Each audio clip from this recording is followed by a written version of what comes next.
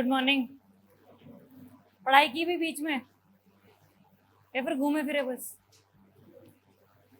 कौन कौन पढ़ रहा था अभी बीच में ब्रेक में जब था? हैं? गर्मी थी? पेपर में गर्मी हुई तो पंजाब में तो कोयला है नहीं, पूरी इंडिया में कोयला नहीं है। मान लो उस पेपर में लाइट नहीं हुई तो क्या करोगे? हैं? एक्सक्यूजेस नहीं होते जिंदगी में। अगर तुम लोग कोई मूवी देख रहे होते और बीच में लाइट चली जाती, लैपटॉप में बैटरी फिर भी होती, तो छोड़ देते मूवी को? सोचना पड़ रहा है। पढ़ाई होती तो छोड़ देते। बताओ किसी को कोई डाउट? होमवर्क? अमन, आप बीच में चले गए थे कल, देखिए आपने क्लास रिकॉर्डेड चढ़ी ही नहीं अभी तक। कहाँ से देख लिया? अपलोड ही नहीं किया हम लोगों ने।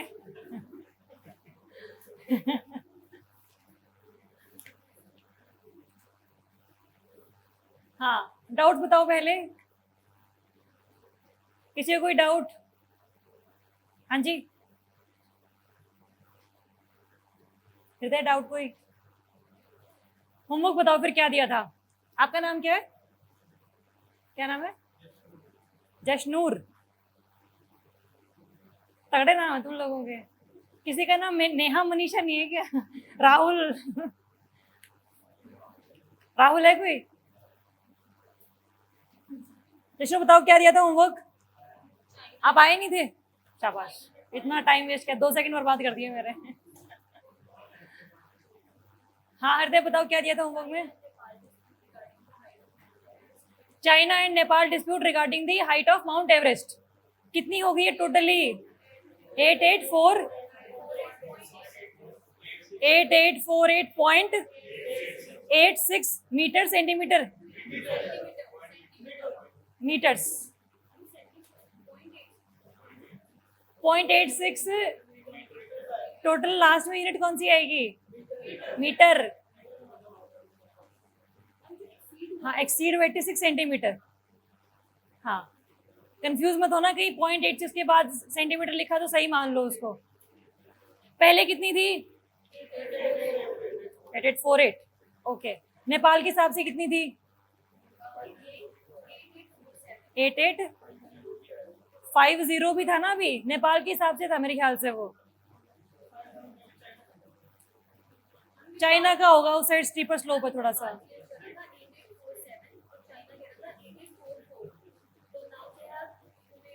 नहीं नहीं, इतना नहीं था।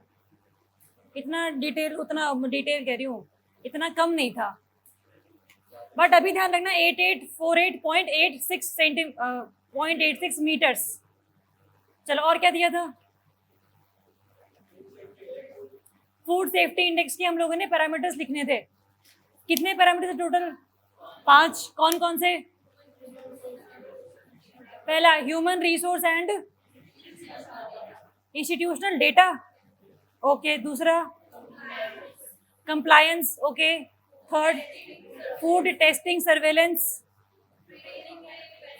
Training and capacity building. Fifth, ये ऐसे याद करने हैं कि हमें ये रट्टा मारना है बैठ के इनका। हमने कोई भी जो इंडेक्स किया है, हम लोगों ने कुछ निमोनिक्स या फिर कुछ टाइमलाइन तो बनाई होगी, हाँ ऐसे करना है वैसे करना है। कि फूड सिक्योरिटी है तो होना क्या चाहिए? फूड सिक्योरिटी कब होगी? जब खाना अवेलेबल होगा, लोग उसको अफोर्ड कर पाएंगे, इन्वायरमेंट आपने ठीक ठाक रखा होगा। ये सब उन लोगों ने जब वो किया था फूड सिक्योरिटी इंडेक्स, मैंने आपको करवाए थे पैरामीटर्स। आपने पैरामीटर्स याद करने हैं, बट ऐसे नहीं तो प्रॉपर रट्टा है, आज याद है कल नहीं याद। कैसे बोलोगे? फूड सेफ्टी का मतलब क्या होता है? खाना बढ़िया होना चाहिए, सेफ होना चाहिए। अब सेफ है या नहीं है कैसे पता लगेगा? टेस्ट करना पड़ेगा उसके लिए। उसके लिए पहला कैसे एनवायरनमेंट होना चाहिए? टेस्टिंग एनवायरनमेंट हमारे पास बढ़िया होना चाहिए। ट्रेनिंग बाद में आएगा, टेस्ट करना है हमें। टेस्ट कौन करेगा? पर्सन करेगा कोई ना कोई। ह्यूमन रिसोर्स हमारे पास होने चाहिए जिनको पता हो एक्चुअल में क्या चीज़ सही क्या चीज़ गलत है। अब उनको नहीं पता बाय चांस, तो आप क्या करोगे? ट्रेनिंग दोगे। 3 पैरामीटर्स हो गए। अब अगर जो भी चीज़ें वो कर रहे हैं, क्या वो according to the notification, the recommendation of the government कर रहे हैं? क्या वो रूल जो कि गवर्नमेंट ने निकाले हुए हैं उसके हिसाब से ही वो चल रहे हैं? Are they complying with the rules? तो कंप्लायंस होनी चाहिए। और क्या है लास्ट में आपका? कंज्यूमर, कि अल्टीमेटली अगर ये सब चीजें होगी चारों की चारों, तो क्या कंज्यूमर एम्पावर्ड है या नहीं है? कंज्यूमर को पता है क्या एक्चुअल में कि चीजें सब कुछ होकर आई है पीछे से? पता होना चाहिए ना। कल को अगर गवर्नमेंट कह दे कि हाँ हमने तो टेस्ट किया था, बट पता लगे वो तो फूड सेफ ही नहीं है आप लोगों के लिए, आपके पास कुछ ना कुछ प्रूफ तो होना चाहिए, अगर अवेयरनेस तो होनी चाहिए, नॉलेज तो होनी चाहिए। तो पैरामीटर्स याद करने हैं, बट ऐसे रट्टा नहीं मारना बैठ के, हमें चीजों को समझ के करना है। कोई भी चीज होती है उसका मतलब होता है उसके पीछे कोई ना कोई, उस मतलब को जानना है हमें। वो मतलब पता लग गया आपको तो फिर आपको बाकी और चीजें भी खुलती चली जाएंगी। और क्या दिया था? किगाली अग्रीमेंट में इंडिया की कैटेगरी में freezing year, base year, production year और परसेंटेज दिया था। बताओ इंडिया का बेस ईयर क्या है? 2000 बेस ईयर, बेस ईयर कितना है? 2024, 28 है, 24 है भाइयों, 24 है base year. Production freeze year कितना है? 48, 20, 40 से तो टारगेट ईयर है। फ्रीज ईयर 28 की 2028 के बाद कोई भी HFC हमारे देश में प्रोड्यूस नहीं होगा। ठीक बात है। बेस ईयर क्या है कि इसके मुकाबले हमें कम करना है। कितना परसेंटेज है वो? 15%। टू 15% है, बाय 15%, बाय 15%। बहुत कम नहीं है तो। 2047 तक हम जा रहे हैं फिर भी सिर्फ बाय 15% कर रहे हैं।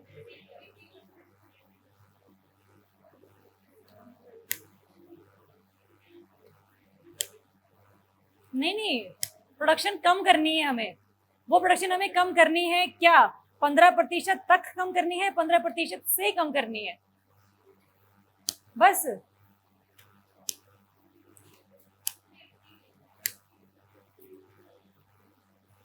85% है, आई थिंक 85% है, 85% तक कम कर देंगे।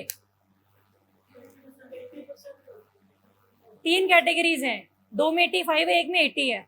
डेवलपिंग वाले जो इंडिया के अलग है उनका 80% है, डेवलप्ड का 85% है, इंडिया का भी 85% है। क्या ये चीज़ है सबको क्लैरिटी हो रही है कि एक्चुअल में मॉन्ट्रियल प्रोटोकॉल क्या है, किगाली एग्रीमेंट क्यों आया था, ओजोन को हमें क्यों बचाना है, धरती वाली ओजोन क्यों खराब है हमारे लिए? ये सब बेसिक बैकग्राउंड है इस पूरे करंट अफेयर के। कब मनाया जाता है वर्ल्ड ओजोन डे? 16 सितंबर। और कुछ होमवर्क दिया था? बस इतना ही दिया था? किस किसने किया था ये होमवर्क? शाबाश। हाँ जी, क्लीनेस्ट रिवर ऑफ वर्ल्ड देखिए आप लोगों ने। सेम है, मेघालय वाली भी सेम है। आप बोलो कौन सी? Thames river cleanest river of world? I doubt. देख लेंगे, मुझे लगता है कि थेम्स रिवर नहीं है, but I may be wrong, मुझे श्योरिटी नहीं है इस चीज की।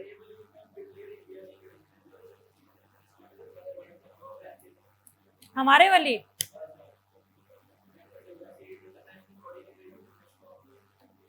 नहीं नहीं है, ये डॉकी रिवर तो एशिया की सबसे क्लीनेस्ट रिवर है, ये तो फॉर श्योर है। देख लेंगे, चेक कर लेंगे उसको, वर्ल्ड का मैंने चेक भी नहीं किया वैसे भी। और कुछ है? और कुछ दिया था?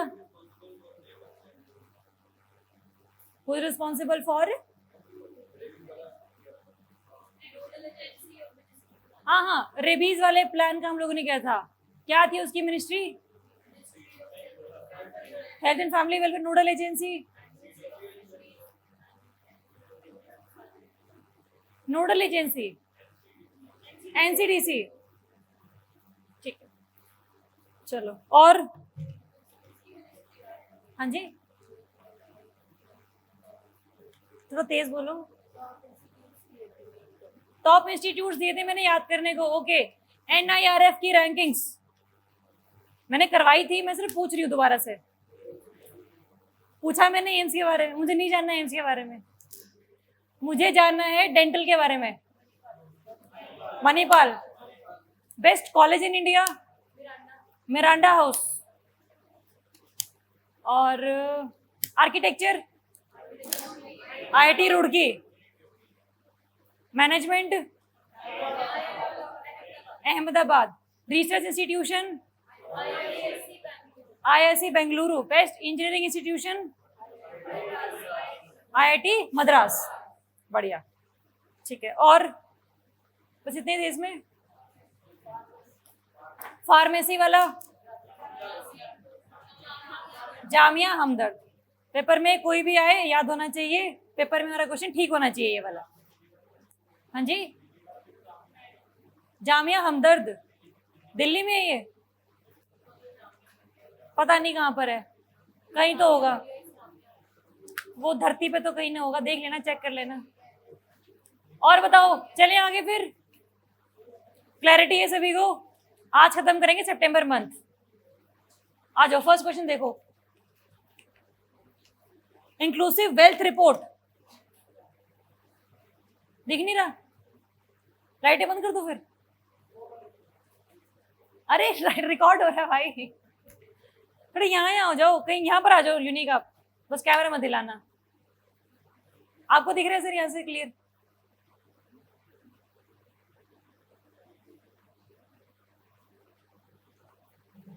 आपको दिख रहा है यहाँ से clear?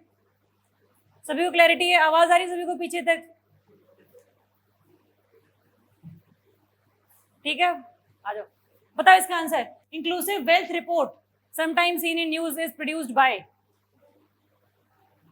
UNFCCC, world bank, UN environment, या फिर WEF? WEF। कितने हक में है WEF के? सारे गलत है। वर्ल्ड बैंक,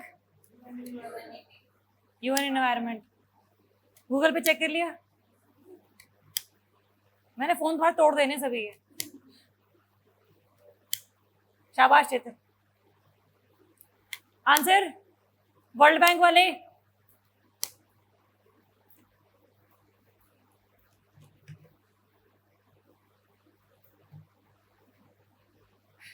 इंक्लूसिव का मतलब क्या होता है नॉर्मली? सबका साथ, सबका विकास, जिसमें ह्यूमंस आ गए, जिसमें एनिमल्स आ गए, जिसमें एनवायरनमेंट आ गया, जिसमें पूरा एटमॉस्फेयर आ गया।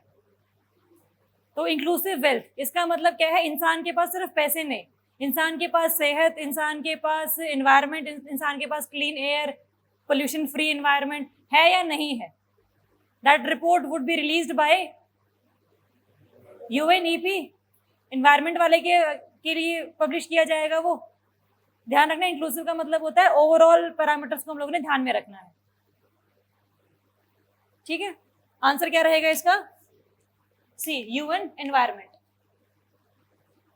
कि ऐसा ना हो कि हम लोग इकोनॉमी को बढ़ाने में लग जाएं और हमारा एनवायरमेंट दूषित हो जाए, उल्टा भी ना हो कि एनवायरमेंट बचाते बचाते इकोनॉमी हम लोगों ने आगे बढ़ाई ही नहीं। फॉर एग्जाम्पल लॉकडाउन वाला पीरियड, जलंधर से हमारे हिमालयस दिख रहे थे, बट इकोनॉमी डाउन थी हमारी, क्या करेंगे हिमालयस का? तो इकोनॉमी प्लस एनवायरमेंट दोनों ही चीजें हमारी इकट्ठी चलनी चाहिए, तभी बैलेंस्ड डेवलपमेंट होता है। चले आगे, चलो नेक्स्ट क्वेश्चन है ब्लू फ्लैग बीचेस।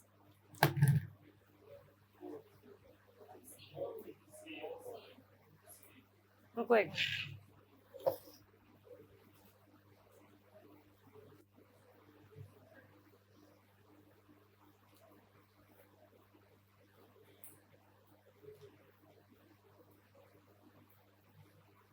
मुझे बताओ जरा, ब्लू फ्लैग बीचेस होते क्या हैं? कौन सा क्वेश्चन है ये? सेकंड। हाँ,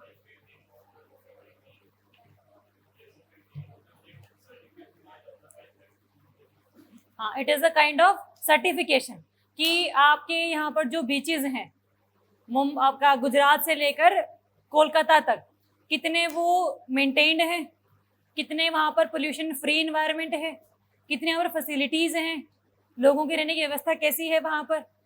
तो मेजरली इन सभी पैरामीटर्स पर हम डिसाइड करते हैं कि इंडिया में कितने ब्लू फ्लैग बीचेस हैं। ब्लू फ्लैग सर्टिफिकेशन जो है it would be given by FEE, foundation of environment education. तो एक तो ये सर्टिफिकेट्स मिलते हैं। इंडिया में कौन सा ऐसा पहला बीच था जिसको हम लोगों ने ब्लू फ्लैग सर्टिफाइड बोला था? चंद्रभागा बीच। कौन से स्टेट में था वो? Chandrabhaga beach, Orissa. It was the first blue flag certified beach in India. अभी टोटल कितने हो गए इंडिया में? 10 हो गए हैं। 10 अभी रिसेंटली सितंबर में हुए, पहले 8 हुआ करते थे, अभी नए 2 ऐड किए हम लोगों ने, वो पता होना चाहिए हमें, है ना। जो नए 2 हैं वो हम लिखेंगे। देखो जरा, एक तो आपका तमिलनाडु में है कोवलम, तमिलनाडु में है कोवलम, हाँ जी। दूसरा पुडुचेरी में है, पुडुचेरी वाले का नाम है एडन, EDEN।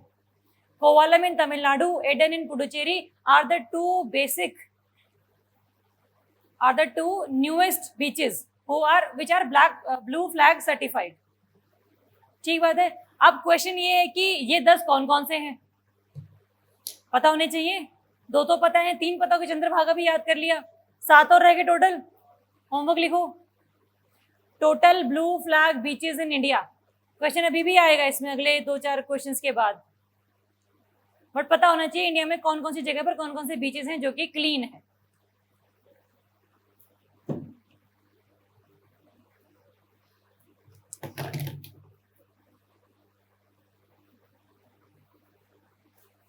चलो आंसर है आपका, क्या रहेगा आंसर? क्या डेनमार्क में ही है ये? डेनमार्क में ही है। Answer would be C, both 1 and 2। ये इसके 4 पैरामीटर्स हैं, ये पता होने चाहिए हमें कि 4 पैरामीटर्स कौन कौन से हैं कि हमें किस बेसिस पर किसी भी बीच को हम लोग ब्लू फ्लैग सर्टिफाइड बोलेंगे। देखो जरा, पहला है आपका एनवायरमेंटल एजुकेशन एंड इन्फॉर्मेशन। पहली बात तो जो भी लोग वहां पर जा रहे हैं, क्या उनको नॉलेज है कि उस बीच को मेंटेन कैसे करना है? अल्टीमेटली लोग ही हैं जो कि पूरा का पूरा कचरा फैलाते हैं। सरकार तो उसको ठीक करती है, सरकार कचरा तो नहीं फैलाती खुद से, हमें रिस्पॉन्सिबल है मेनली। तो चाहे वो केदारनाथ हो, चाहे वो टुंगनाथ हो, चाहे वो कोई भी एरिया हो, हम लोग ही हैं जो कि कचरा फैला रहे हैं। तो सबसे पहली बात कि क्या लोगों को एनवायरनमेंट के बारे में एजुकेशन है कि वो कहाँ जा रहे हैं, कैसा उसका इकोसिस्टम है, कौन कौन सी स्पीशीज यहाँ मिलती है, अगर ये एरिया खराब हो गया तो किस किस पर इम्पैक्ट पड़ेगा, है ना। तो पहली चीज तो ये हो गया इसमें। दूसरा, पानी जाता क्यों है बंदा वहां पर, समुद्र के किनारे जाता क्यों है? नहाने। तो जो वाटर है उस पूरे के पूरे इकोसिस्टम का, that should be very safe. तो bathing water quality should be very very high. तो जो पर्पस सॉल्व करना है उसके लिए तो हमें पहले ही ध्यान रखना पड़ेगा। फिर देखो आपका एनवायरमेंटल मैनेजमेंट, आप वहां पर गए हो, आपको चीजें पता भी हैं, आपको पता भी है कि चीजें मैनेज कैसे करनी है। चीजें पता होने में चीजें करने में बहुत फर्क होता है। आपको इन्फॉर्मेशन है बट क्या एक्चुअली आपने मैनेज किया उस पूरी सिस्टम को? और सिर्फ इंसानों के लिए नहीं है, मतलब इंडिविजुअल्स के लिए नहीं है, सरकारों के लिए भी है ये, कि वहां पर आपकी कोई फोर्सेस लगी होनी चाहिए जो कि उस चीज को मेंटेन करे, रेगुलेट करे। आपके एम्प्लॉयज वहां पर होने चाहिए, फोर्सेस वाले भी होने चाहिए, है ना। लास्ट में है आपका conservation and safety and services on the beach. Hotels वगैरह होने चाहिए, खाने पीने का सामान होना चाहिए, but that should not hamper the quality of beaches. तो ये 4 पैरामीटर्स हैं जो कि किसी भी बीच को क्या बना देंगे, ब्लू फ्लैग सर्टिफाइड। पैरामीटर्स पता लग गए, इंडियन टोटल कितने बीचेस हैं पता लग गए, कौन इनको सर्टिफाई करता है ये पता लग गया। चले आगे, चलो। Which country in Asia has declared the economic emergency to contain inflation? कल की न्यूज पढ़ी आप लोगों ने? घर जला दिया है, रिजाइन भी कर दिया उन्होंने। हाँ मतलब घर जलाया, रिजाइन उन्होंने फिर बाद में कर दिया। थोड़ा ध्यान रखिए, श्रीलंका में जो भी चीज़ें हो रही हैं पता होना चाहिए। सीधे क्वेश्चन ऐसे भी आते हैं कि महिंदा क्या नाम है उनका, राजपक्सा, उसका स्टार्टिंग वाला नेम क्या है? प्राइम मिनिस्टर का राजपक्सा से पहले क्या लगता है उसके? वो तो उसका भाई है। Leave it. ध्यान रखना, प्रेसिडेंट का नाम, पीएम का नाम, उस कंट्री के आसपास की लोकेशंस और कौन सी स्टेट है बीच में इंडिया श्रीलंका की, पता होनी चाहिए सारी चीज़ें। श्रीलंका को हेल्प करने के लिए इंडिया ने क्या क्या किया ये भी पता होना चाहिए हमें। किया इंडिया ने कुछ? हम लोगों ने एक बार ऑयल टैंक किया था, एक क्या नाम था उसका, त्रिंकोमाली, जो कि इंडिया और श्रीलंका की दोनों कंपनीज मिलकर चला रही थी। एक वो किया था हम लोगों ने, एक करेंसी स्वैप भी तो किया है उनके साथ, $5 बिलियन, जिसमें हमने कहा है कि हम लोग इसी रेट पर आपसे जो सामान है वो लेते रहेंगे। एक्सचेंज रेट उन लोगों ने फिक्स कर दिया था उस टाइम पर। तो जो भी इंडिया कर रहा है श्रीलंका के लिए पता होना चाहिए। श्रीलंका में कौन सी कम्युनिटी रहती है? मेनली सिन्हालीज। सिन्हालीज रहते हैं, जो कि सिन्हालीज लैंग्वेज भी बोलते हैं, है ना। तो ये जो कम्युनिटी से पता होनी चाहिए, रोहिंग्याज कहाँ पर हैं, कहाँ से आए हैं, इंडिया में कहाँ पर हैं, चकमास कहाँ से आए थे, हजोंग कहाँ से आए हैं, सिन्हालीज कहाँ से आए हैं, हाउथी कहाँ पर है, कुर्द्स कहाँ पर हैं, ये पता होनी चाहिए सारी सारी चीज़ें। ठीक बात है, चलें आगे। आंसर है ए, श्रीलंका। अच्छा, इन्फ्लेशन की इतना बुरा हाल है कि श्रीलंका का वैसे टूरिज्म बंद हो गया, ऑर्गेनिक पे शिफ्ट हो गए थे। Major reason is corruption, the policies of the government.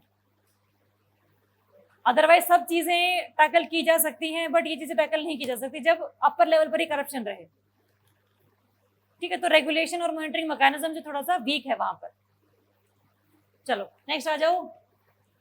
मैं भी डिजिटल 3.0 कैंपेन सुना होगा इसके बारे में, पढ़ो पहली statement. It is launched by ministry of housing and urban affairs. देखो क्या है बेसिकली ये कैंपेन। हम लोगों ने स्वनिधि स्कीम पढ़ी थी, हमें पता है कि जो वेंडर्स थे, स्ट्रीट वेंडर्स थे, उनका पूरा कामकाज बंद हो गया था, है ना। तो उनको तो बेसिकली जो रोजी रोटी वही खत्म हो गई थी। अब अगर लॉकडाउन जब खुला है तब उनको पैसे देने पड़ेंगे दोबारा से बिजनेस सेटअप करने के लिए। अब ऐसा भी नहीं कि पूरे लाखों रुपए लग जाएंगे उनके बिजनेस सेटअप करने के लिए, कुछ हजार रुपए चाहिए होंगे, सरकार दे सकती है वो बहुत इजीली। सरकार बहुत इजीली उनको लेस इंटरेस्ट रेट पर 10,000 तक का लोन देती है ताकि वो दोबारा से अपना बिजनेस शुरू कर सके। वो था आपका स्वनिधि स्कीम। अब स्ट्रीट वेंडर्स आ गए, अब हमें कैशलेस इकोनॉमी तो प्रमोट करनी है। अब आपको पता है कि अगर आप 10 रुपए के स्प्रिंग रोल्स भी खाते हो तो आप गूगल पे कर सकते हो उस पर्सन को, फोन पे कर सकते हो। आज से 3 साल पहले पॉसिबल थी चीज? नहीं पॉसिबल थी। आज मतलब अगर आप स्ट्रीट वेंडर से भी खाना खा रहे हो, ढाबों से भी खाना खा रहे हो, तो you have the access of digital banking. पहले नहीं थी ये। तो ये सब चीजें आपने प्रमोट करवाई हैं पिछले कुछ सालों में by these kinds of campaigns. मैं भी डिजिटल 3.0 कि अगर मैं स्ट्रीट वेंडर हूँ, मुझे पता होना चाहिए कि गूगल पे मेरा अकाउंट पहले तो बना होना चाहिए। First I should have the bank account. वो किसमें खुलवा दिया गया?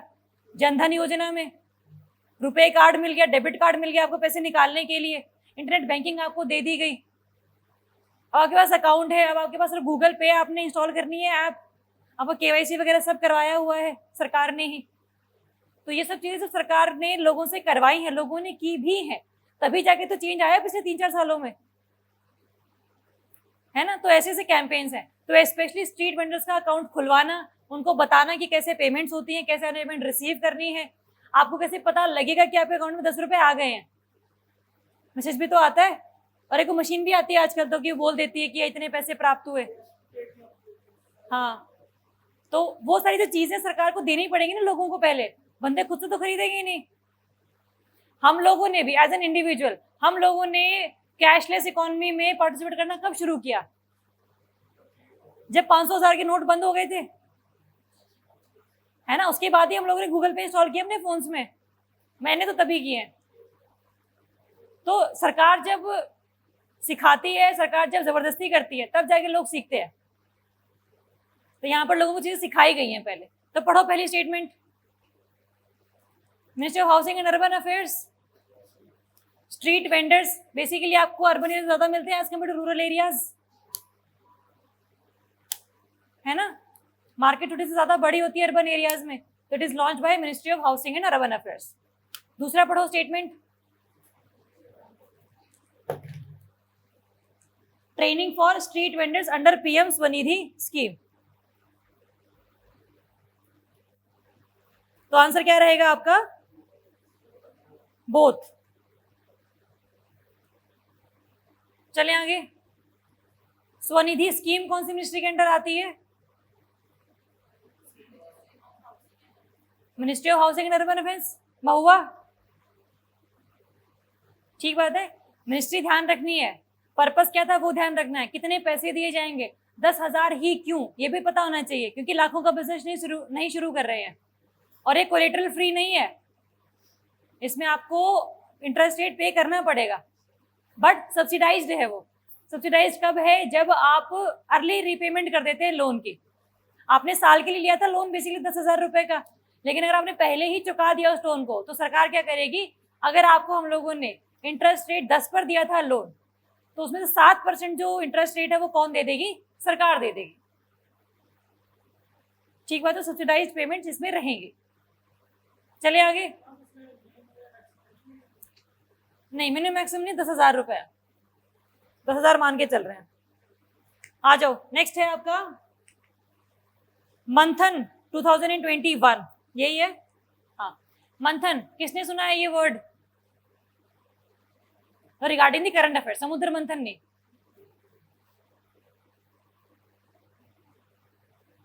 मंथन का वैसे मतलब क्या होता है, दिमाग लगाना।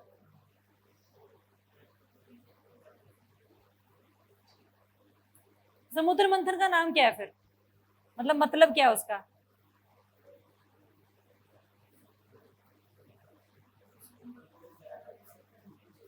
नहीं जानना मुझे, क्वेश्चन पे आओ। पहला statement, it aims to develop innovative concepts and technology solutions for addressing the security challenges faced by the intelligence agencies। आप लोगों ने हैकाथन सुना है, HACKATHON, hackathon, hacker plus marathon, कि बेसिकली हमारे यहाँ पर जितने भी कंप्यूटर्स हैं वो अटैक किए जा सकते हैं by any kind of virus. Ransomware भी हो सकता है कि आपकी फाइल आप उसने ब्लॉक कर दी और पैसे मांग रहा है आपसे, पैसे दोगे तभी वो फाइल ओपन होगी, या फिर और कोई मॉलवेयर आ गया, या और कोई सॉफ्टवेयर सिस्टम आ गया, ट्रोजन वायरस आ गया आपका, है ना। तो ऐसी चीजों से बचने के लिए खास करके जो डेटा हमारे पास स्टोर है विद इंटेलिजेंस एजेंसीज, बहुत क्रिटिकल डेटा है वो सभी के बारे में, अगर वो लीक हो जाता है तो प्रॉब्लम की बात है। इसीलिए सरकार जो है वो चाहती है कि जितने भी चैलेंजेस फेस किए जा रहे हैं बाय द इंटेलिजेंस एजेंसीज वो पहले से ही पता हो हमें। नॉर्मली क्या होता है, जीरो क्लिक अटैक सुना होगा आप लोगों ने, जीरो क्लिक अटैक, मतलब इसके बारे में पहले पता ही नहीं था कि ऐसे नामों का अटैक भी हो सकता है। अदरवाइज जब भी कोई सॉफ्टवेयर बनाता है पर्सन, तो वो सोचता है कि हाँ इसको ऐसे हैक किया जा सकता है, उसका सोल्यूशन वो पहले ही बता देता है, लेकिन उसके दिमाग में अगर आए ही नहीं कि हाँ ये भी तो अटैक हो सकता है, तो उसको हम बोलते हैं जीरो क्लिक अटैक, जिसके लिए हम तैयार ही नहीं थे। तो ऐसी चीजों के लिए हमें क्या करना है, बड़े बड़े जो एक्सपर्ट्स हैं, जो आईआईटी से पढ़ रहे हैं बच्चे, जो आईआईएम से पढ़ रहे हैं बच्चे, उनको उनका दिमाग लगाना है बेसिकली, कि आप बताओ हमें कि प्रॉब्लम अगर ऐसी है तो सोल्यूशन क्या रहेगा। आप बताओ कि डेटा को अगर हमें बचाना है तो हम किस तरीके से चीजों को आगे बढ़ा सकते हैं। उसके लिए शुरू किया गया है ये कंसेप्ट मंथन 2021। ठीक बात है, और स्पेशली किसके लिए है ये, इंटेलिजेंस एजेंसीज की सिक्योरिटी के लिए, कि डेटा हैक ना किया जाए किसी के भी द्वारा। ठीक बात है। सेकंड पढ़ो statement, joint collaboration of bureau of police research and development plus AICTE। No, कितने नो वाले,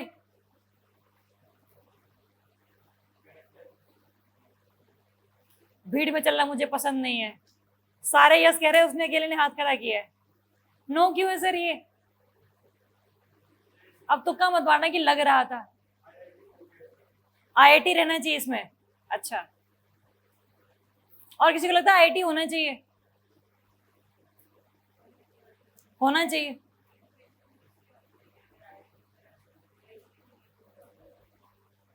एजुकेशन मिनिस्टर को क्या पता है चैलेंजेस के बारे में, सिक्योरिटी के बारे में, रैंसमवेयर के बारे में? एजुकेशन मिनिस्टर को क्यों पता होना चाहिए? उसको तो पता कि बाबर कब आया था, बाबर क्यों आया था, उसको तो ये पता होगी सारी चीजें। सही है ये। AICTE plus bureau of police research and development के द्वारा ये ऑर्गेनाइज करवाया गया था।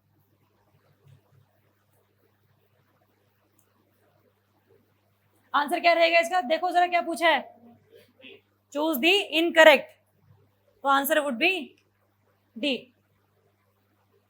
कोऑर्डिनेटेड बाय है सिर्फ, इनोवेशन सेल, वो भी मिनिस्ट्री रिस्पॉन्सिबल नहीं है। एक होता है ऑर्गेनाइज्ड वाली मिनिस्ट्री, एक होता है उसे कोऑर्डिनेट किया गया है।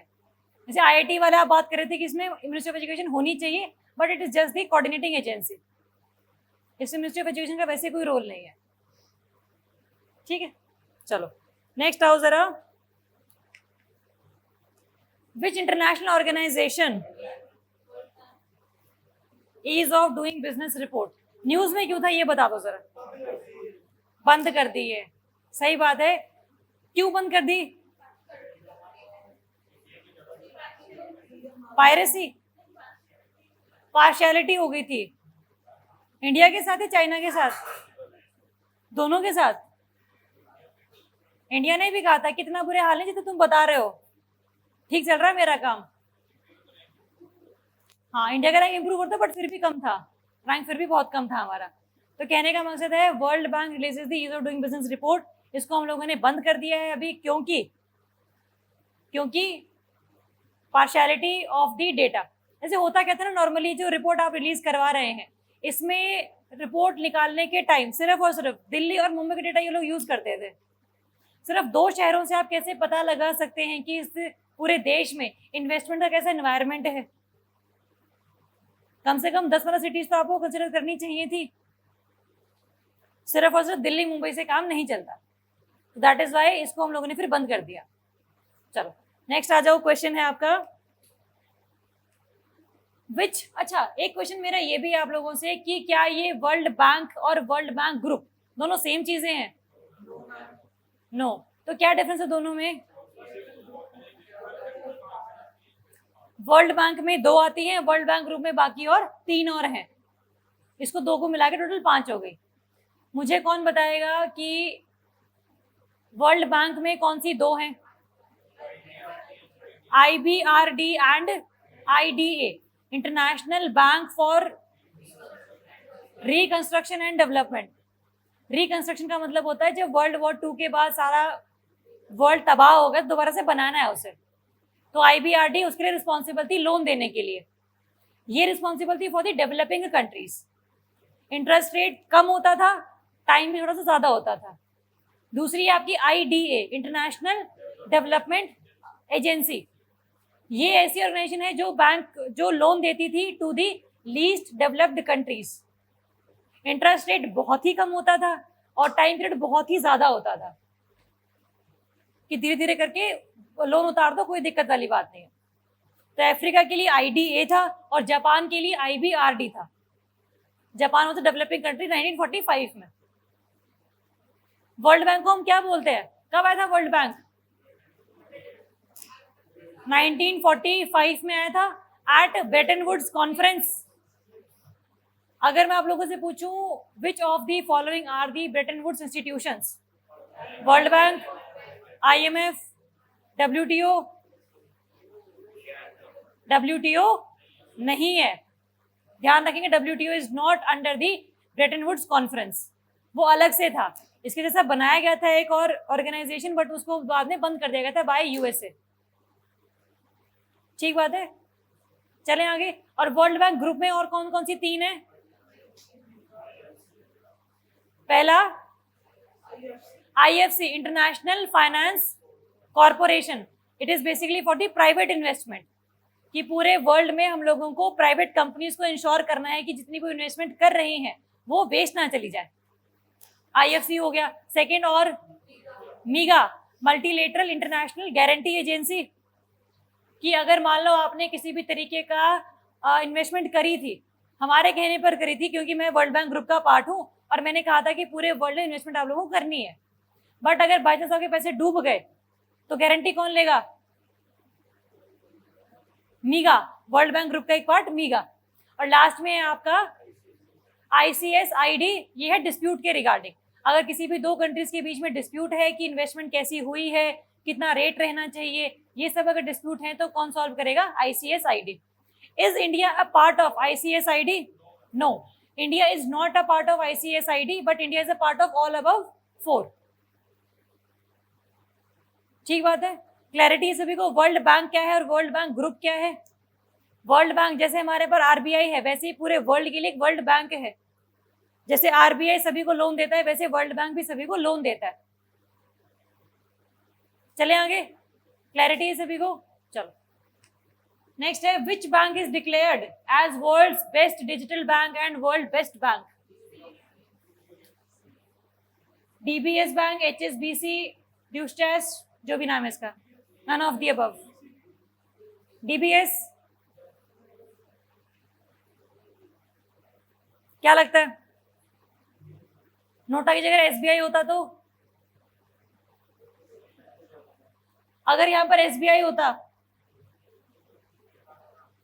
है फिर तो बिल्कुल ही नहीं होता। DBS हो सकता है, DCB है ही नहीं भाई ऑप्शन में। अच्छा नोटा, अच्छा अच्छा, आंसर क्या है? DBS। आ जाओ, लिखेंगे इसमें जरा किसने दिया है ये अवार्ड बेसिकली कि वर्ल्ड का बेस्ट बैंक हो? किसने बताया? इंडिया ने। ये सारे बेस्ट होंगे इंडिया के लिए तो।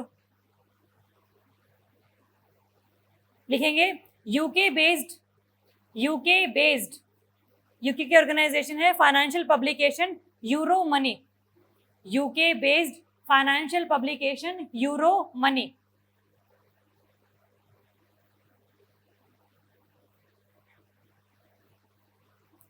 DBS बैंक कहाँ की कंट्री का है? सिंगापुर। क्वेश्चन आ सकता है ये वाला, इंपॉर्टेंट क्वेश्चन है। हाँ जी, जोर से बोलो। हेडक्वार्टर कहाँ है? किसका हेडक्वार्टर? DBS का, सिंगापुर। नेक्स्ट क्वेश्चन आओ जरा, शून्य कैंपेन सुना होगा इसके बारे में, पढ़ो पहली statement. Release by NITI Aayog with the collaboration of Rocky Mountain Institute, RMI plus NITI Aayog. Yes, okay. Second statement, it is an initiative to promote zero pollution delivery vehicles. शून्य का मतलब क्या है? Zero, zero emission. वो जैसे जोमेटो है, स्विगी है, काफी सारे लोग घूमते हैं, तो जितने भी डिलीवरी व्हीकल्स हैं that should B electrically charge. ठीक बात है, ताकि जो भी हमारा पोल्यूशन है थोड़ा सा कम हो सके। तो स्पेशली जोमेटो, स्विगी, उबर और जो भी और आपकी फूड एप्स हैं, इन सभी को कोलैबोरेट करने के बाद मिनिस्ट्री ऑफ हेवी इंडस्ट्री ने बेसिकली बोला है कि हम लोग क्या चला रहे हैं? शून्य कैंपेन चला रहे हैं। ठीक बात है, क्लैरिटी है सभी को। चलो आंसर क्या रहेगा इसका? C, both 1 and 2। ठीक है, ध्यान रखेंगे सिर्फ और सिर्फ ये डिलीवरी सेगमेंट के लिए आया है अभी, ये अभी उसके लिए नहीं है कि एज एन इंडिविजुअल आप परचेज करो इलेक्ट्रिक व्हीकल या फिर इलेक्ट्रिक कार। अभी सिर्फ फोकस किस पर है? डिलीवरी व्हीकल्स पर, जोमेटो, स्विगी और उबर पर फोकस है अभी। नेक्स्ट आओ जरा, स्काई स्ट्राइकर्स क्या है ये चीज? First option, they are special category of missiles developed by DRDO। Sky strikers no, क्या है फिर ये? डीआरडीओ ने नहीं बनाया, बट किसी और ने बनाया है, एचएएल ने बनाया है। ओके, मिसाइल है ये? नहीं, जहाज और मिसाइल में फर्क है ना सर, जहाज किसी को मार नहीं रहा जाके। ड्रोन्स हैं ये, they are drones. Second option, and DRDO ने भी नहीं बनाया ये। Second, it's small size makes it almost invisible and it is silent and surprise attacker.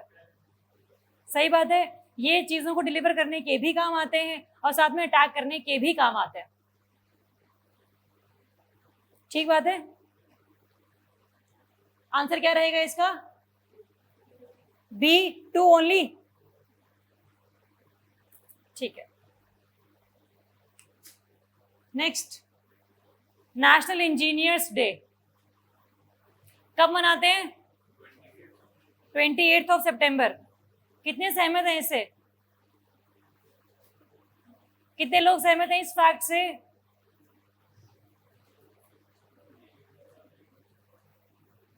Twenty fifth of सितंबर हो नहीं सकता, 15 भी हो सकता है, शायद 15 ही है। पहला ऑप्शन क्या हो गया? गलत।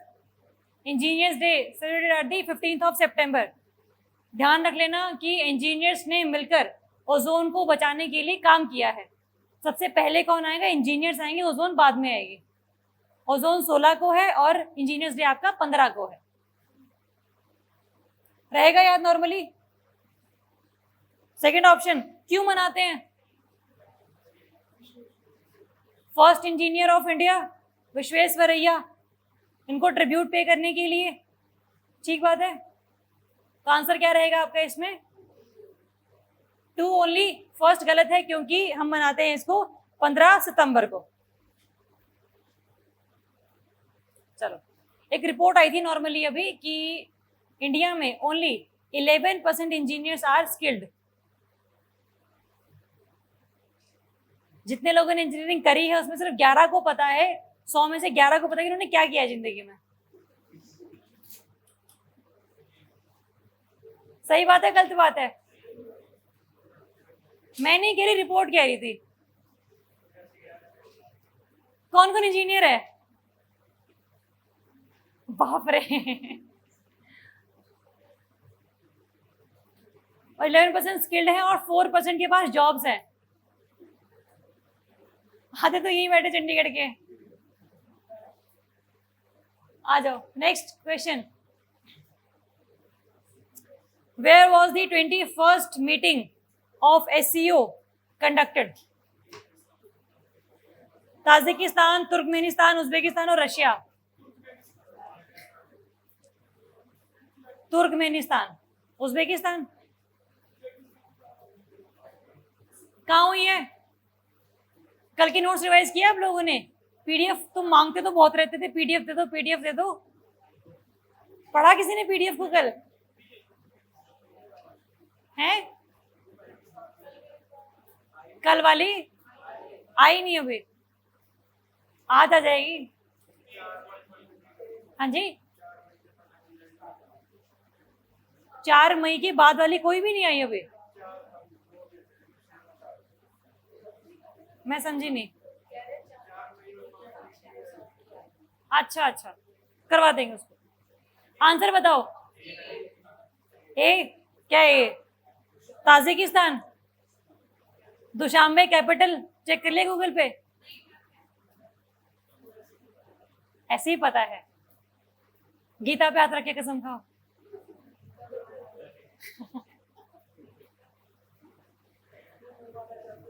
ऑप्शन क्या है इसका आंसर? ए। चलो, अब मैं दोबारा नहीं बता रही कि SCO में कौन कौन है, पहले क्या था और ये इंडिया पाकिस्तान है या नहीं, ईरान सबसे न्यूएस्ट है या नहीं। मैं नहीं बता रही, बहुत बार बता चुकी हूं मैं। ग्लोबल इनोवेशन इंडेक्स, इंडेक्स है बेसिकली। कौन करेगा रिलीज? वीपो, वर्ल्ड इंटेलेक्चुअल प्रॉपर्टी ऑर्गेनाइजेशन। साथ में और कौन कौन सी एजेंसीज काम कर रही हैं? Cornell university and INSEAD, INSEAD। Option पहला यही है क्या? नहीं, सेकंड है India stand at 48th rank, 46 है इंडिया का रैंक। ओके, कैसे याद करोगे?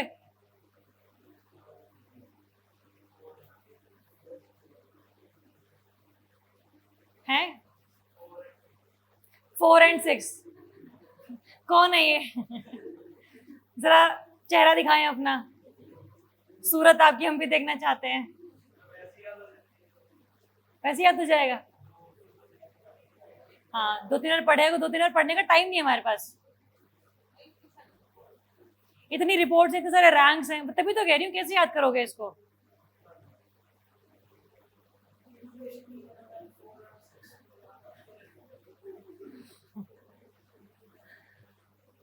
तुमने कुछ खाया है आज सुबह से? दिमाग ऐसा उल्टा चल रहा है इसका। याद कर लेना, मुझे नहीं पता, याद करना होना चाहिए मुझे। मुझे सिर्फ कल पूछना है आप लोगों से, वो पता होना चाहिए आप लोगों को। चलो, इंडिया का रैंक है 46। ओके, क्या इंडिया का रैंक पहले के मुकाबले अच्छा हुआ है, बुरा हुआ है? अच्छा हुआ है। पहले कितना था? 48 था पहले। टॉप किसने किया है? Innovation, US, Sweden, options Netherlands, Switzerland, Germany और फ्रांस। स्विट्जरलैंड छोटी सी कंट्री है बट इनोवेशन में सबसे बड़ी है। क्लाइमेट बहुत अच्छा स्विट्जरलैंड का, सोचने वाला क्लाइमेट है। अगर हम बोले कि वर्ल्ड का सबसे बेस्ट क्लाइमेट कौन सा है? ब्रिटिश टाइप ऑफ क्लाइमेट, सोचने के लिए बिल्कुल इतना तगड़ा क्लाइमेट है। अगर सोचना हो तो, मेडिटेशन करनी हो तो, नाम वो अच्छा नहीं है। इसकी देखो पैरामीटर्स इतने सारे हैं, हम नहीं याद करेंगे। जहां पैरामीटर्स 4 या 5 से ऊपर हो गए हम नहीं याद करेंगे। पेपर में अगर आ गए तो कोई बात नहीं, हम अपनी किस्मत को दोष दे लेंगे, लेकिन हम याद नहीं करेंगे। ठीक बात है। चलो, टॉप किसने किया है? इंडिया का रैंक क्या है? पिछले साल के मुकाबले रैंक इंप्रूव हुआ है, डाउनग्रेड हुआ है? किसने रिलीज की है रिपोर्ट? पता होना चाहिए। चलो next question. Ramon Magsaysay award था न्यूज में, किसको मिला है? जरा पहले स्टेटमेंट पढ़ो। It is also known as Asia's Nobel prize. Yes, which prize is known as the Nobel prize for maths? Abel prize किसको मिला था?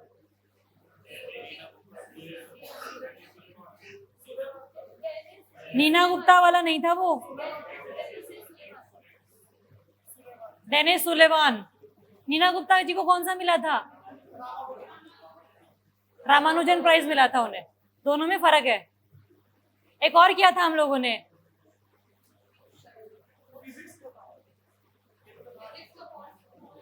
बोर्ड्स में किया था ना, फिजिक्स वाला था वो। तो आ जाओ, सेकंड स्टेटमेंट पढ़ो जरा। It is provided to who suffered, who made selfless and extraordinary contribution towards the society. ठीक बात है। किरण बेदी को मिला हुआ है ये प्राइज, मिला हुआ है। अरविंद केजरीवाल को मिला हुआ है, रवीश कुमार जी को मिला हुआ है। नॉट इम्पोर्टेंट, बस पता होना चाहिए एक ऐसा प्राइज है जो कि एशिया के नोबेल से नाम जाना जाता है। अभी किसको मिला है क्वेश्चन ये? डॉक्टर कादरी को मिला है। 5-6 कैटेगरीज है, उन सभी को अलग अलग कैटेगरीज में मिला हुआ है। 5 लोग हैं जिनको मिला है ये, पाकिस्तान से भी हैं। ये हैं वो 5 जिनके आपने नाम याद रखने हैं। क्या कोई इंडिया वाले हैं इसमें? बांग्लादेश के भी हैं, पाकिस्तान के, बट इंडिया के नहीं है। बांग्लादेश वाले कौन से हैं? डॉक्टर फिरदौसी कादरी, जिन्होंने वैक्सीन को लोगों के लिए अफोर्डेबल बना दिया था। कैसे करा था, उनकी पूरी लाइफ हिस्ट्री क्या है मुझे नहीं जाननी, मुझे बस नाम पता होना चाहिए और मुझे उनका जो उन्होंने काम किया है वो पता होना चाहिए। पाकिस्तान वाले के नाम है मोहम्मद अमजद साकिब। आपने नाम पढ़ने हैं। फिर है आपका रॉबर्टो बेलोन, स्टीवन मंकी और वॉच डॉग।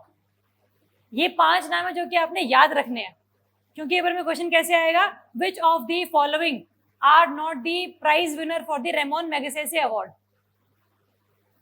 ठीक बात है, तो ये 5 नाम एक बार पढ़ना, घर जाके याद हो जाएंगे, बहुत इजी है ये, कर लोगे याद, इसे याद करने हैं। और ये चलो नेक्स्ट है आपका VIPER mission. VIPER mission, VIPER है आपका वोलेटाइल्स, किसके लिए पहली बात तो ये मिशन मून के लिए है, सन के लिए है, या फिर सैटर्न के लिए है? मून के लिए है। ओके, पहला ऑप्शन है आपका इसमें, the mission is to be launched by NASA and ESA in collaboration. Only NASA या ओनली ईएसए? ओनली नासा, तो ईएसए नहीं है। Second option, VIPER rover will land on Nobile crater near the lunar south pole. Moon पर ये जाएगा। Basically है क्या है वाइपर? वाइपर है आपका रोबोट, मोबाइल रोबोट। नाम से क्लियर, रोवर क्या होता है नॉर्मली आपका, जो कि चलता रहता है, जो कि सतह पर चलेगा, सरफेस पर चलेगा, और वहां की क्या रॉक कॉम्पोजिशन है, कौन सी रॉक कैसे बनी हुई है, ये सब चीजें बताएगा हमें। एक्चुअल में क्या वहां पर आयरन है, वाटर के एविडेंसेस हैं या नहीं है, सब बताएगा हमें, क्योंकि उसको ऑर्बिटर से देखना थोड़ा सा मुश्किल है, बिल्कुल पास जाकर देखना आसान है, इसीलिए हम भेजते हैं रोवर्स। इंडिया ने ही भेजा था रोवर, क्या नाम था रोवर का? प्रज्ञान। ठीक है, तो पता होना चाहिए कि ये मून के कहां पर जाएगा, साउथ पोल के पास। साउथ पोल जो है मून का, that is more primitive as compared to north pole, क्योंकि साउथ पोल पर जो सन की रेज है वो ज्यादा नहीं आती है। टिल्ट ऐसे है सन मून का, टिल्ट है ही नहीं, मतलब नॉर्मल टिल्ट है उसका, लेकिन नॉर्थ पोल ज्यादा सन की लाइट पड़ती है वहां पर। और वहां पर मेनली और क्या, जो रॉक्स है वहां पर प्रेजेंट, वो और प्रिमिटिव है as compared to north pole. तो अगर आप एक्चुअल में जानना चाहते हैं कि मून किसका बना हुआ है, स्टार्टिंग में वो कैसा था, कैसे वो इवॉल्व हुआ, अगर आपको पता लग गया कि पहले कैसा था, इक्वेटर पर जाओ पता लगेगा अब कैसा है, तो पहले से और अब के जो पूरा का पूरा आपका एवोल्यूशन है वो कैसे आप पता लगा सकते हो नॉर्मली। ठीक बात है, तो इसीलिए नासा ने भेजा है वाइपर मिशन। वाइपर की फुल फॉर्म लिखो, क्वेश्चन पेपर में आएगा ये question. Volatiles, volatiles investigating, volatiles investigating polar exploration rover। रहेगा याद? रोवर रोबोट है बेसिकली, ये पेपर में क्वेश्चन आएगा। VIPER is basically what? Orbiter, rover, robot, rover robot, या फिर कोई और दो ऑप्शंस, तो पता होना चाहिए क्या चीजें हैं। चलो नेक्स्ट है आपका, क्या ये लॉन्च हो चुका है? होना है अभी। कब होगा ये लॉन्च? अगले साल 2023 में। नेक्स्ट है विंटर ओलंपिक्स, कहां पर हुए हैं? चाइना में। इंडिया ने पार्टिसिपेट किया है? यस और नो? रशिया ने किया है पार्टिसिपेट, यूएसए ने, जापान ने। होमवर्क लिखो, which countries did not participate in the Beijing winter Olympics. Question paper में क्वेश्चन आएगा ये वाला, which countries did not participate in Beijing winter Olympics.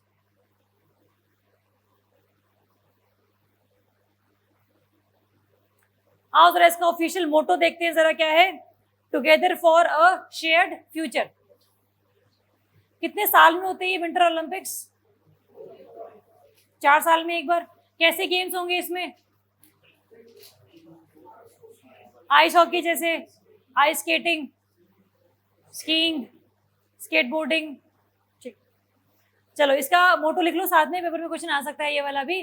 मोटो है आपका together for a shared future, और जो इसका ऑफिशियल मैस्कॉट है दैट इज पांडा। पांडा का नाम क्या है?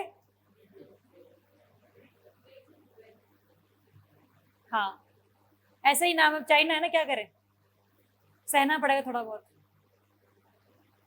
पेपर में क्वेश्चन आता है ऑफिशियल मैस्कॉट, होमवर्क लिखो। अभी जो ओलंपिक्स हुए थे, विंटर वाले नहीं, नॉर्मल ओलंपिक्स जो हुए थे, समर ओलंपिक्स, उसमें इंडिया के कितने मेडल्स आए थे?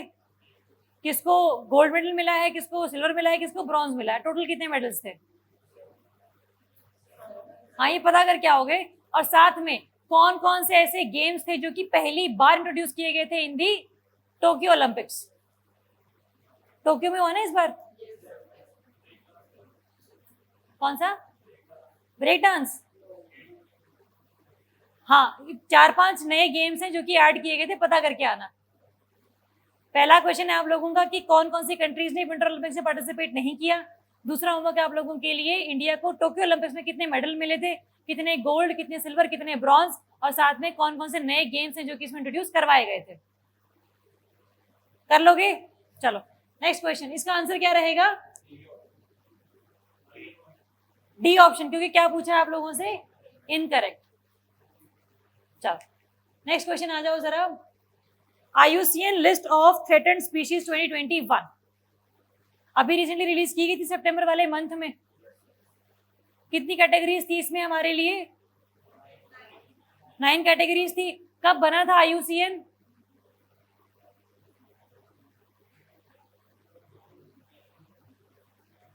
IUCN was established in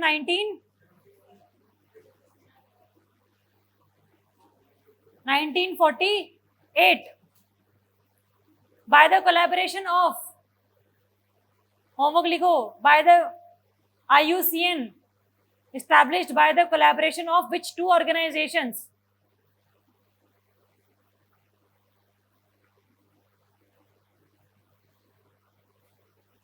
चलो आओ पहली स्टेटमेंट पर। It said that 902 species are officially extinct, कि उनके बारे में पता ही नहीं है हमें। 902 are officially extinct. Second option, the Komodo dragon, world's largest living lizard, has been moved from vulnerable to endangered। बहुत न्यूज में था कोमोडो ड्रैगन, देखिए आपने लिजर्ड ये वाली? ट्रू है ये, पहले ही वल्नरेबल हुआ करती थी, but due to human activities it has become endangered now. ठीक है, तो टोटल स्पीशीज कितनी एक्सटिंक्ट हुई है नॉर्मली? 902। और कोमोडो ड्रैगन इंपॉर्टेंट स्पीशी है, पता होनी चाहिए, जिसको हम लोगों ने रिमूव कर दिया है फ्रॉम वल्नरेबल कैटेगरी और पुट कर दिया है इन दी एंडेंजर्ड कैटेगरी। कैसे याद करोगे? ड्रैगन में एन है, इसमें एंडेंजर्ड है, ऐसे याद करोगे? यार ड्रैगन से डेंजर होता है। हाँ जी, एनुअली रिलीज होती है, यस ये एनुअली होगी है। देखा GOT किसी ने? Game of thrones. ड्रैगन से डेंजर है? नहीं, अच्छा देखा नहीं तुमने, तो पहले कर दिन लानी थी ना, अब नहीं लानी। तो डेंजर है, एंडेंजर्ड, बट इतना भी नहीं, क्रिटिकली नहीं है। ठीक बात है, याद ऐसे ही करना आप लोगों ने। आ जाओ, CSTO, collective security treaty organisation,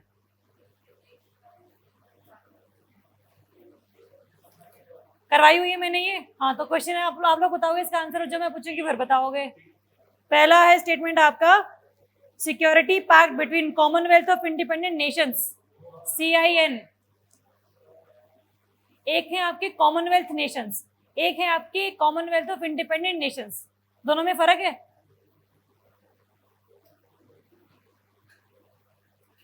जब USSR डिसइंटीग्रेट हुआ था, कुछ स्टेट्स बन गए थे सैटेलाइट स्टेट्स, जैसे फॉर एग्जांपल रशिया से कौन कौन से टूटे हैं मेंबर कंट्रीज?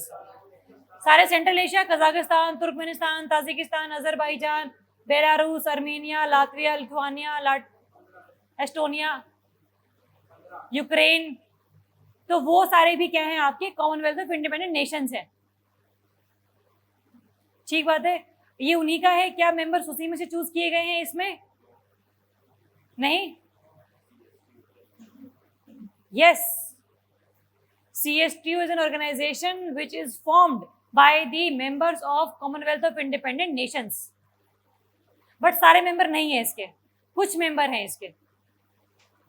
मुझे कौन बताएगा who are the member countries of CSTO? करवा चुकी हूँ ना मैं पहले से। टोटल 6 हैं। कैसे याद किया था हम लोगों ने इसको? निमोनिक बनाया था मैंने इसका, मुझे याद है। टोटल नंबर ऑफ कंट्रीज कितनी है? 6। निमोनिक चाहिए मुझे, कंट्री चाहिए नहीं मुझे, है? देख के तुम्हें बोल दूंगी। देखिए वाले में कौन सी बड़ी महारत है। याद किस किस को था ये निमोनिक?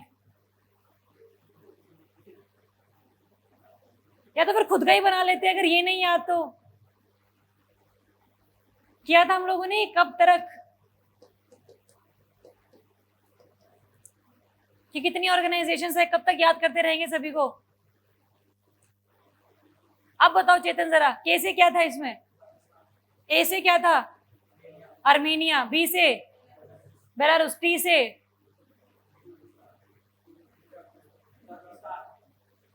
ताजी या तुर्कमेनिस्तान? ताजिकिस्तान।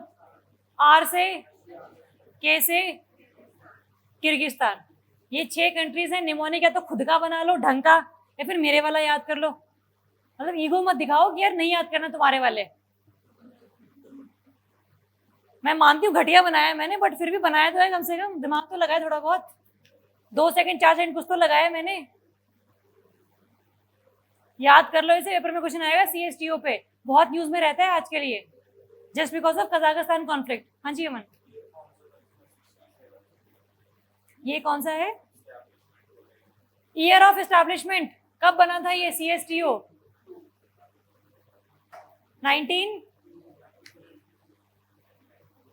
1992। जब ये सर डिसइंटीग्रेट हो गया था नॉर्मली, तभी तो बना होगा ये, उससे पहले कैसे ही बन जाएगा? चलो second option, India, Uzbekistan, Russia और also the member of organisation. नहीं है, सिर्फ और सिर्फ कौन सी इस तीनों में से? रशिया। हेडक्वार्टर कहाँ पर है? Moscow, Russia. सही बात है। ये तब हाल है तुम्हारे जब मैं करवा चुकी हूँ पहले से। ये तुमने कहा था ना दिसंबर में किया था, ये तो महीना याद है, ये नहीं याद क्या किया था है? पहले लाइन सही नहीं, दूसरी भी कहाँ सही थी तुम्हारी? निमोनिक तुम्हें याद ही नहीं था ना। आंसर क्या रहेगा इसका?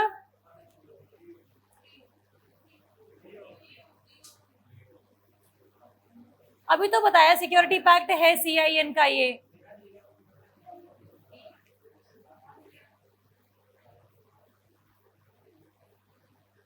ठीक है, तो आंसर है इसका सिर्फ 2 नॉट करेक्ट है, 3rd करेक्ट है, फर्स्ट करेक्ट है। 1 and 3 होमवर्क लिखो। Total number of countries under Commonwealth Nations 54। अच्छा कराओ हम लोगों ने पहले ही, ठीक है 54 है, रहने दो होमवर्क। बट ये याद जरूर करेंगे। और इसमें जो ये टी वाला है, ताजिकिस्तान तुर्कमेनिस्तान नहीं है, ये भी ध्यान रख लेना। तुर्कमेनिस्तान सिर्फ और सिर्फ कैस्पियन सी के मामले में बीच में आता, अदरवाइज वो कहीं नहीं आता, उसको और कोई नहीं पूछता, सिर्फ कैस्पियन से टच करता है, इसलिए थोड़ी बहुत इज्जत है उसकी, अदरवाइज कोई फर्क नहीं है उसको।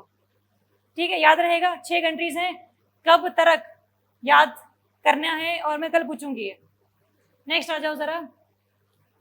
हाँ ये क्वेश्चन अच्छा है। इनमें से कौन सा ऐसा बीच है इंडिया में जिसको ब्लू फ्लैग सर्टिफिकेशन नहीं मिला हुआ? कौन सा क्वेश्चन है ये? 18th।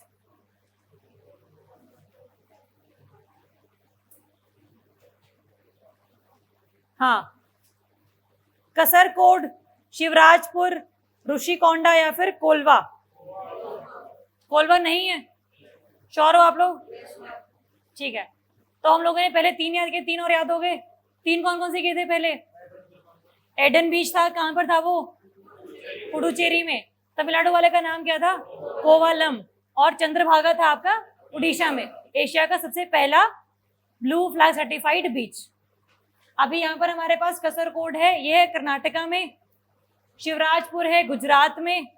देखो शिवसेना महाराष्ट्र में, शिवराजपुर गुजरात में है। कंफ्यूजन हो सकती थोड़ी बहुत, लेकिन राज कौन कर रहा है हमारे ऊपर? गुजरात। मोदी जी गुजरात से है ना, इसलिए। ऋषिकोंडा आंध्र प्रदेश। 6 हो गए। 4 और लिखो, होमवर्क में तुम्हारा यही करवा देती हूँ। लिखो घोघला बीच, लिखो लिखो भाइयों बहनों, लिखो लिखो घोघला बीच। लिख दिया? कब लिखा? अच्छा, और कौन सा रहेगा इसमें? ये पदुबिद्री कर्नाटका में है। जिन्होंने नहीं लिखे वो लिख लो, जिन्होंने लिख लिए वो याद कर लो, जिन्होंने याद कर लिए वो बैठे रहो। हाँ, गोल्डन बीच। नहीं नहीं, वो तो वो वाला है ना आपका, चंद्रभागा को ही बोलते हैं आई थिंक गोल्डन बीच। हाँ ठीक, लिख लो ब्रैकेट में इसकी भी, चंद्रभागा।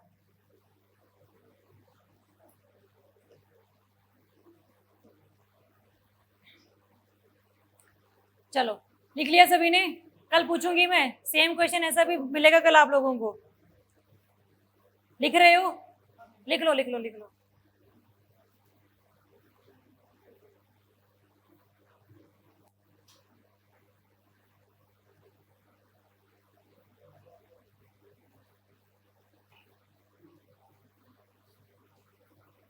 कर दूं आगे? जल्दी लिखो फिर, तेज हाथ चलाओ। हाँ जी, हाँ ले भाई।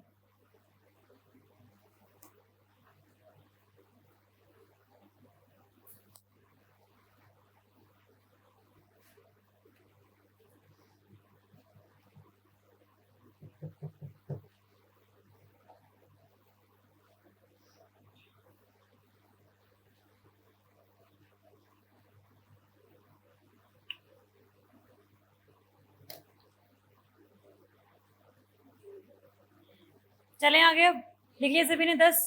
चलो नेक्स्ट क्वेश्चन। रिपोर्ट का नाम है reforms in urban planning capacity in India. कौन पब्लिश करता है इसे? नीति, ministry of education, housing and urban affairs या फिर होम अफेयर्स? कौन करता है पब्लिश? नीति आयोग। क्यों करता है रिपोर्ट पब्लिश? क्या जरूरत है इसको ऐसी? अर्बन प्लानिंग के लिए। इस रिपोर्ट में नीति आयोग ने ये कहा था कि जितने भी आपके सेंट्रल यूनिवर्सिटीज हैं उन सभी को बोलो कि अपने यहाँ पर एमटेक शुरू करवाएंगे, ताकि जितने भी इंजीनियर्स आप लोग एडमिशन करवा सको वो क्या काम करेंगे? अर्बन प्लानिंग करेंगे, ताकि जितने भी हमारे अर्बन एरियाज हैं वो सारे हम ठीक कर सकें। अगर आप किसी शहर में जाते हो, जैसे आपका घर अमृतसर में है, जलंधर में है, अंबाला में है, उन सिटीज अगर आप कंपेयर करते हो तो चंडीगढ़, फर्क नजर आता है? Chandigarh is more planned, Chandigarh में ट्रैफिक कम है, सड़कें थोड़ी सी चौड़ी हैं, है ना, काफ़ी पार्किंग स्पेस है, एनवायरनमेंट भी थोड़ा सा ठीक ठाक रखा हुआ है, पेड़ वगैरह हैं, सारे ग्रीनरी है। लेकिन जो हमारे घर है वहाँ पर ये सब नहीं है। तो अगर हमें उनको ऐसा बनाना जैसे लाइक चंडीगढ़, उसके लिए हमें इंजीनियर्स चाहिए होंगे कि कैसे हम पूरे लोगों को बिना डिस्टर्ब किए उस सिटी को थोड़ा सा अच्छा बना सकें। तो उसके लिए हमें क्या करना है? अर्बन प्लानिंग करनी है। उसके लिए हमें क्या चाहिए होंगे? इंजीनियर्स चाहिए होंगे। और इसीलिए एमटेक अलग अलग फील्ड्स में है, सॉफ्टवेयर में नहीं, बाकी सब में तो होती है एमटेक। क्लैरिटी है सभी को? तो रिपोर्ट कौन रिलीज करता है? आपका नीति आयोग। चलो नेक्स्ट आ जाओ जरा। World rhino day, easy question है, 22 सितंबर। क्लैरिटी है सभी को? हम लोगों ने कल 5 कैटेगरीज ऑफ राइनो किए थे। इसका आंसर क्या है आपका? 22 सितंबर। चलो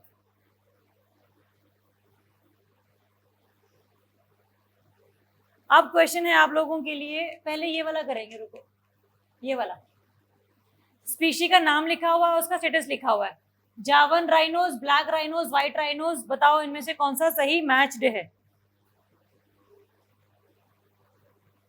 जावन राइनोज क्या क्रिटिकली इंडेंजर्ड हैं? जावन rhinos, black rhinos least concern है। ये मैंने शायद कल करवाया भी था आप लोगों को। स्टेटस नहीं करवाए थे? अच्छा अच्छा, किसी को आता है इसका आंसर? तो फिर मैं लिखवा देती हूँ। आता है किसी को इसका आंसर? लिखो। जावन राइनोज क्रिटिकली एंडेंजर्ड, जावन rhinos critically endangered, Sumatran rhinos critically endangered, Sumatran rhinos. यहां मत देखो, सिंपल लिखो, यहां गलत भी हो सकता है क्योंकि ऑप्शंस हैं ये।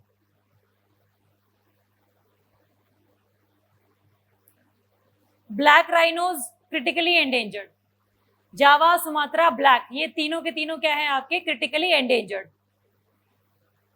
एक है आपका white rhino, white rhino is near threatened, मतलब बिल्कुल खत्म होने के कगार पर ये पहुंच चुका है, बहुत जल्दी खत्म भी हो जाएगा। Near threatened white rhino. India वाला आपका greater one horn rhinoceros, it is in the vulnerable category. Important है, इंडिया में सिर्फ यही मिलता है, इंडिया वाला one horn greater rhinoceros vulnerable category. अब बताओ इसका आंसर क्या है?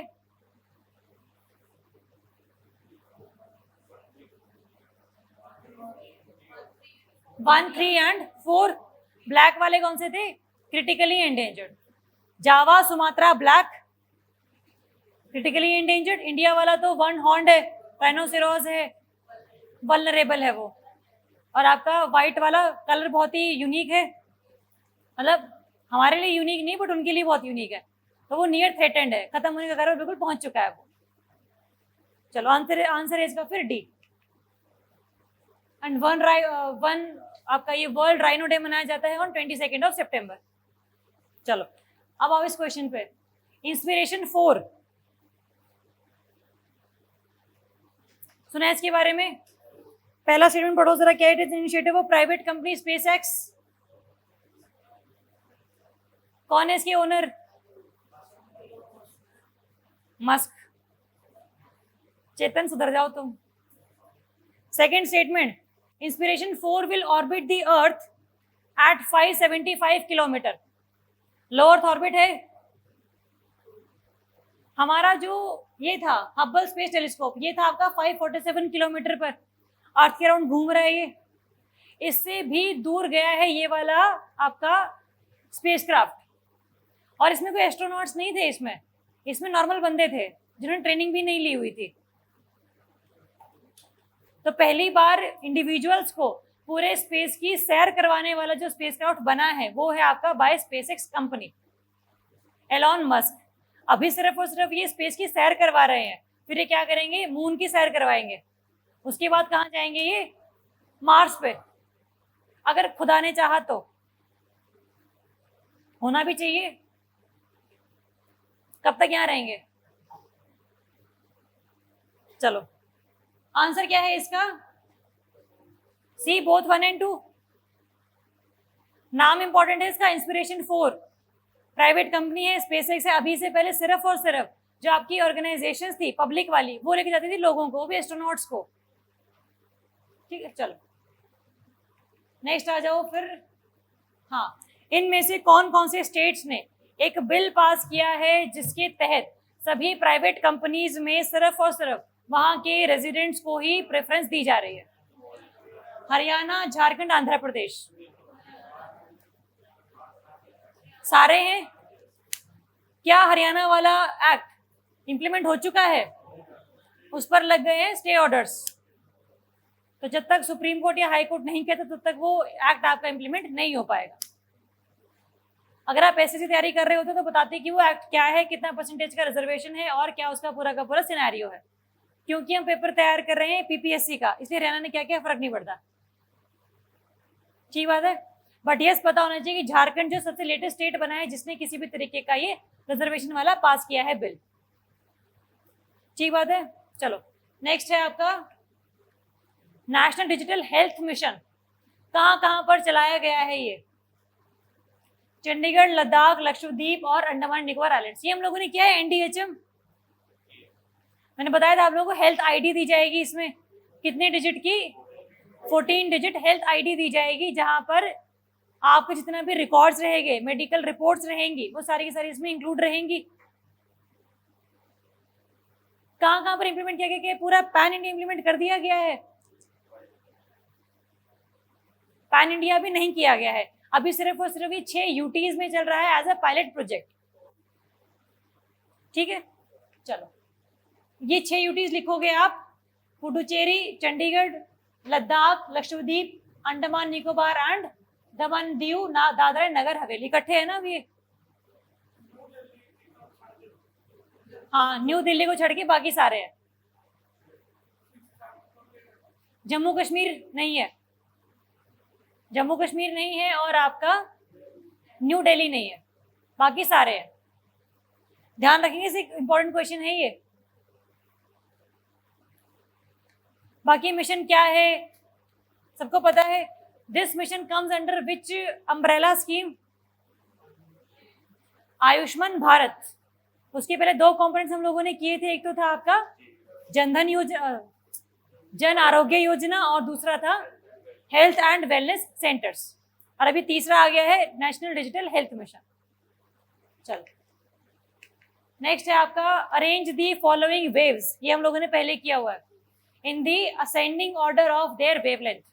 मुझे कौन बताएगा निमोनिक जो हम लोगों ने याद किया था, वेवलेंथ और फ्रीक्वेंसी वाला? ये नहीं बताया? बताया हुआ है ना, इलेक्ट्रोमैग्नेटिक स्पेक्ट्रम में जो टोटल आपकी 7 वेव्स हैं उनका वेवलेंथ के रिगार्डिंग और फ्रीक्वेंसी के रिगार्डिंग। कौन बताएगा इस निमोनिक को? हाँ जी सर। RMIVUXG नहीं किया था हम लोगों ने ये? तुम आए नहीं होगे उस दिन।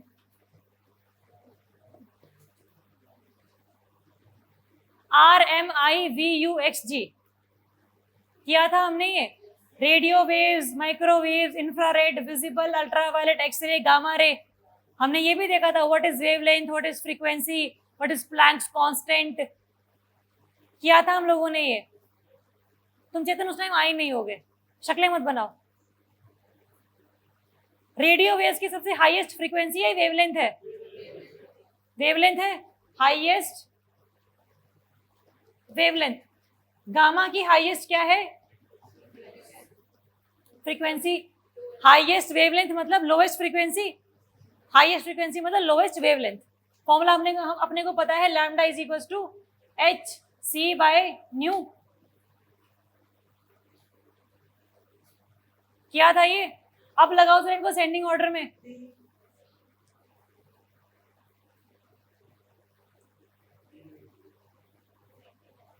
असेंडिंग सबसे पहले छोटे वाला डी होगा ऑप्शन।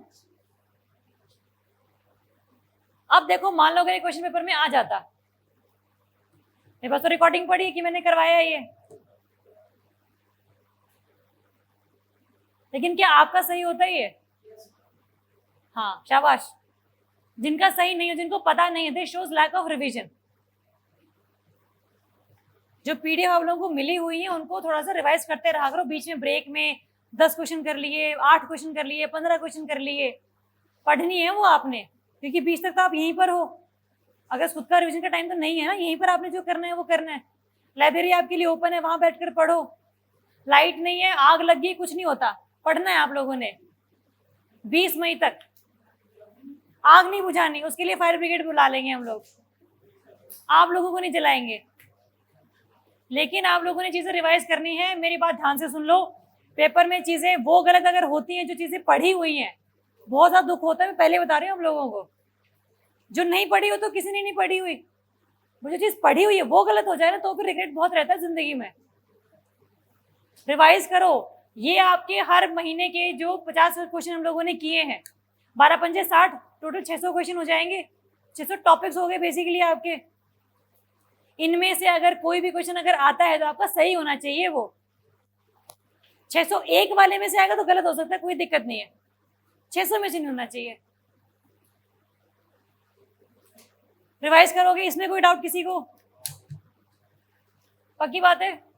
चलें, यहां पर खत्म होता है आपका सितंबर वाला मंथ। कल हम करेंगे अगस्त। कितने मंथ्स हो गए टोटल हमारे? 8 हो गए हैं, 4 और रहते हैं अभी। ठीक है, चलो।